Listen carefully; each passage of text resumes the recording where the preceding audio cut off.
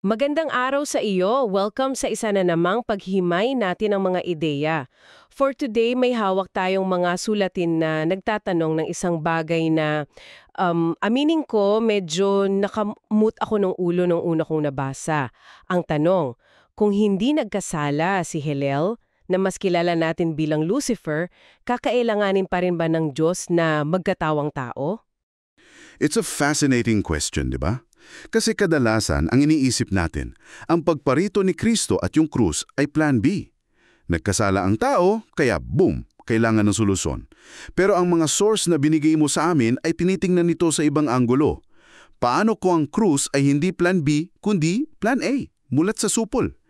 Tinitingnan nito yung koneksyon ng free will, kasalanan, pag-ibig at yung grand design ng Diyos para sa lahat. Intindihin kung ano ba talaga ang logic sa likod ng idea na to. Ano ba talaga yung kwento sa likod ng krus ayon sa pananaw na ito? At paano nito binabago ang pagtingin natin sa Diyos, sa mga anghel at sa ating mga sarili? Sige, simulan na nating himayin ito. Okay, para maintindihan natin yung buong argumento, kailangan nating magsimula sa pundasyon, ang konsepto ng malayang kalooban o free will. Sabi sa source, binigyan ng Diyos ang lahat ng kanyang nilalang, anghel man o tao, ng free will. Pero may catch, hindi raw ito isang kompletong package. Hama? At yan ang susi sa lahat. Ang free will na ibinigay sa kanila ay inilalarawan bilang incomplete o hindi pa perpekto. At ano yung kulang na sangkap para makumpleto ito? Pag-ibig. Hanggat wala yung perpektong pag-ibig, ang free will ay laging may kasamang posibilidad na magkamali. Parang isang sasakyan na may manibela pero wala pang preno. Pwede kang pumunta kahit saan, pero delikado. Sandali. Kung incomplete yung free will na ibinigay sa kanila, at dahil doon, tiyak na magkakasala sila sa isang punto, hindi ba parang sinet up sila ng Diyos para mag-fail? Parang hindi naman yata fair yun. Parang binigyan mo sila ng isang imposible na test. Yan talaga ang unang reaksyon na marami at valid yung tanong na yan. Pero ayon sa lohika ng source, hindi ito setting them up to fail, kundi setting them up to choose. Ang argumento kasi ay, ang tunay na pag-ibig ay hindi pwedeng ipilit. Hindi pwedeng i-program sa isang nilalang. Kailangan itong malayang piliin. So binigyan sila ng Diyos ng kakayahang pimili, pero ang pagiging perfecto ng pagpiling iyon ay isang proseso. May binabanggit pa nga sa source na parang may deadline. Ang ikapitong araw, na sa loob ng panahong iyon may gagawin ng Diyos para i-offer sa kanila yung missing piece. Okay, so parang training period. At dito na papasok yung konsepto ng krus, di ba? Ito pa yung sinasabi nilang missing piece. Exactly.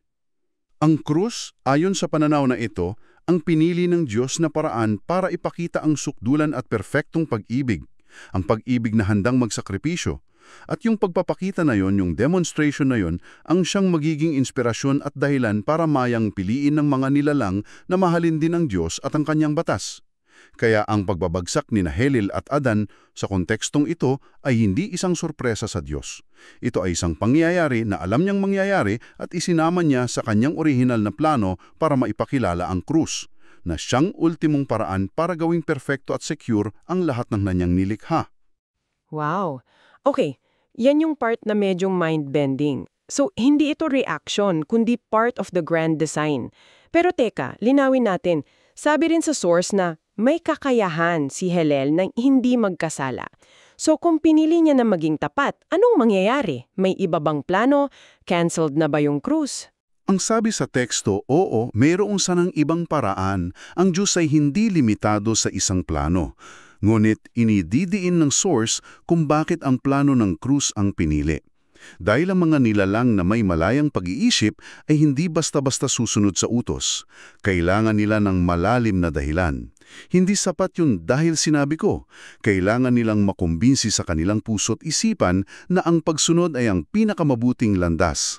So itong batas ng pag-ibig na sentro ng lahat, parang ito yung operating system ng universe at ang kasalanan ay parang isang virus na sumisira sa system. Magandang analogy yan. At para maipakita kung gaano kahalaga na protektahan yung operating system, kailangan ng isang malinaw at hindi malilimutang demonstrasyon. Dito na pumapasok yung pagiging tao ng Diyos. Tatlong bagay ang natupad dito ayon sa source. Una, ipinakita nito ang sukdulan ng pag-ibig ng Diyos. Isipin mo, ang programmer ng buong universe ay pumasok sa sarili niyang programa bilang isang character para ayusin yung virus, kahit alam niyang masasaktan siya sa proseso. Anong mas titindi pang pruweba ng pag-ibig doon? Okay, gets ko yan. Parang sinasabi niya, hindi ko lang ito inuutos sa inyo, handa akong danasin ang pinakamasaklap na epekto ng pagsuway para sa inyo. Ano yung pangalawa? Pangalawa, nagbigay ito ng perpektong halimbawa. Sa pamamagitan ng pamumuhay bilang tao nang hindi nagkakasala, pinatunayan ni Kristo na yung operating system, ang batas ng pag-ibig, ay hindi depektibo. Kayang-kaya itong sundin. Bago noon, pwedeng sabihin ni Hillel o ng kahit sino, imposible ang mga utos mo, masyadong mahirap. Pero nung ang manlilikha mismo, sa anyo ng isang mahinang nilalang, ay sinunod ito ng perpekto kahit sa gitna ng matinding tukso, na wala na ang lahat ng argumento.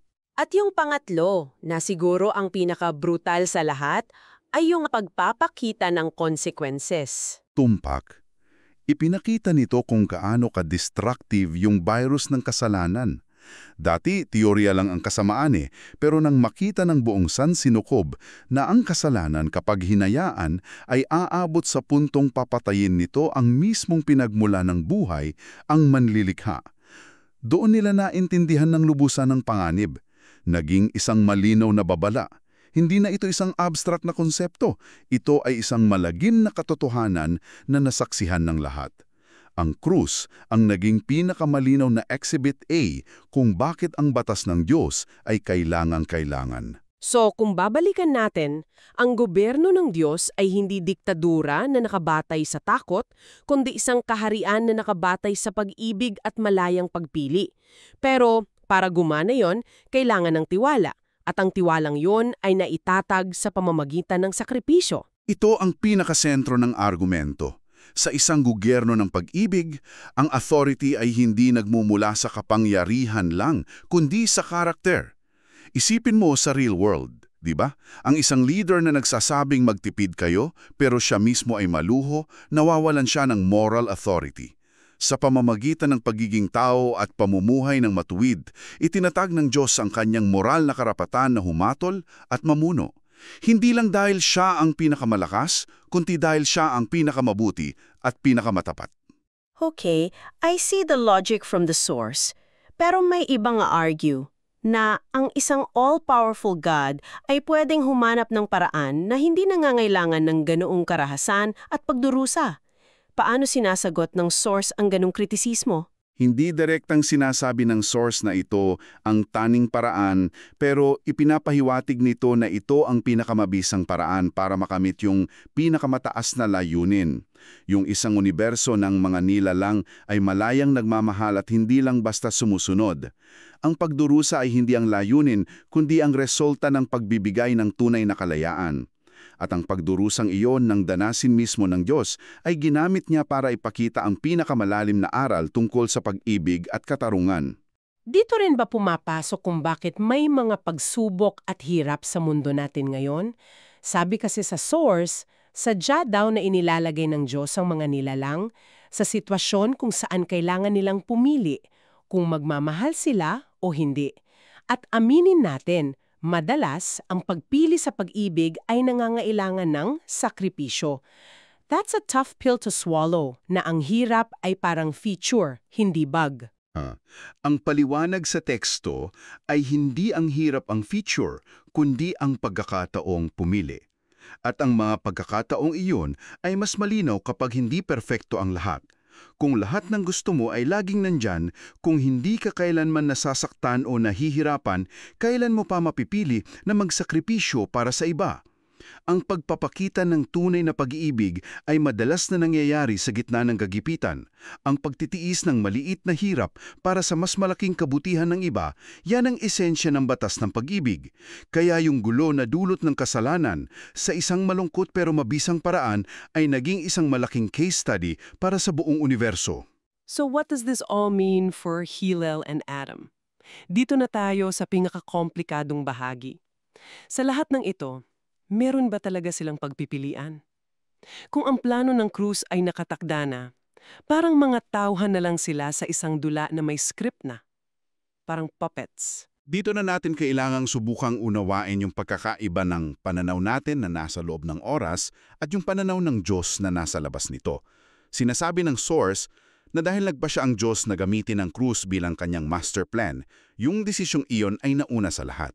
Mula sa kanyang walang hanggang pananaw, ikinast niya sa role ni Hillel at Adan ang mga nilalang na alam niyang sa kanilang malayang pagpili ay gagawin ang mga desisyong iyon. Teka, parang binabago niya ng lahat. So, hindi lang ito basta pag-alam sa future, kundi parang casting para sa isang cosmic drama. Ano ang implikasyon niyan sa konsepto ng hustisya? Yan ang paradox. Para mas madaling maintindihan, gamitin natin yung analogy mula sa kritik mabinigay mo. Isipin mo na parang ikaw ang nagsulat ng isang libro. Alam mo ang bawat desisyon ng bawat karakter mula Kabanata 1 hanggang sa huling pahina. Alam mo na sa Kabanata 5, magagalit si Character A, at sa Kabanata 10, magtataksil si Character B. Ikaw ang may akda kaya alam mo ang lahat. Pero para sa karakter sa loob ng kwento, bawat desisyon niya ay nararamdaman niyang malaya at may tunay na bigat. Hindi niya nararamdaman na may script. Ganito ay nilalarawan ng source ang relasyon ng Diyos sa atin. Mula sa ating pananaw, bawat pagpili ay totoo at may kahihitnan. Mula sa kanyang pananaw, ang lahat ay bahagi ng isang natapas ng kwento. Okay, yung analogy na yan malaking tulong. So, may isa pang detalye sa source. May mahalagang pagkakaiba daw sa pagitan ng kasalanan ni Hillel at ni Adan. Sinasabi na hindi kayang simulan ni Adan ang kasalanan ng mag-isa. Kailangan siyang matukso. Bakit yun importante? Bakit kailangan na si Adan ay natukso lang? Mahalaga ang pagkakaibang yan para sa konsepto ng redemption o pagtubos. Ipinapahiwatig ng source na may pagkakaiba ang kasalanan ng isang nilalang na nalinlang o natukso kumpara sa kasalanan ng isang nilalang na sa kabila ng buong liwanag at kaalalan ay kusang loob na tumalikod. Si Hillel, na sinasabing pinakamalapit sa Diyos at nakita ng kanyang kaluwalhatian, ay kumilos ng may mas malaking kaalaman. Ang kanyang pagre-rebelde ay sinasabing nagmula sa sarili niyang kalooban. Samantalang si Adan ay biktima ng panlinlang. Oo, at dahil doon, nananatili siyang redeemable. Ang isang taong naligaw dahil may nagturo sa kanya ng maling daan ay mas madaling makumbinsi na bumalik kumpara sa isang taong alam na alam ang tamang daan pero sadya pa ring pinili ang maling liko. Ang disenyo na ito, na ang ninuno ng sangkatauhan ay natukso at hindi ang nagsimula ng kasalanan, ay nagbukas ng pinto para sa plano ng kaligtasan. Tinitiyak nito na ang sangkatauhan ay nasa posisyon pa rin kung saan posible ang pagsisisi at pagtanggap sa inialok na tulong.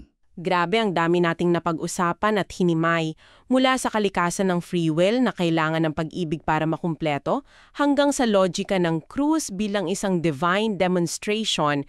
Napag-usapan din natin ang pamamahala ng Diyos na nakabatay sa pag-ibig at hindi sa puwersa, at itong napakakomplikadong ideya ng plano ng Diyos na umiiral sa labas ng ating konsepto ng panahon. Sa uli, ang pinakamahalagang takeaway siguro mula sa mga source na ito ay isang aral sa pagpapakumbaba. Bilang mga nilalang na nabubuhay sa linear na oras, imposible nating lubusang maunawaan ang mga what-if ng Diyos. Ang tanong na paano kung hindi nagkasala si Hillel ay isang tanong na lumalampas sa ating kakayahang umunawa. Ang tanging nalalaman natin ay ang planong ipinahayag niya, ang kwentong isinulat niya kung saan tayo ay mga karakter. At bilang pangwakas na iiwan namin sa iyo para pag-isipan, may isang ideya na lumabas sa ating usapan. Ipinapahayag ng teksto na ang plano ng Diyos para sa pinakamakaas at pinakadalisay na uri ng pag-ibig ay nangailangan ng pagdanas sa kabaliktaran nito.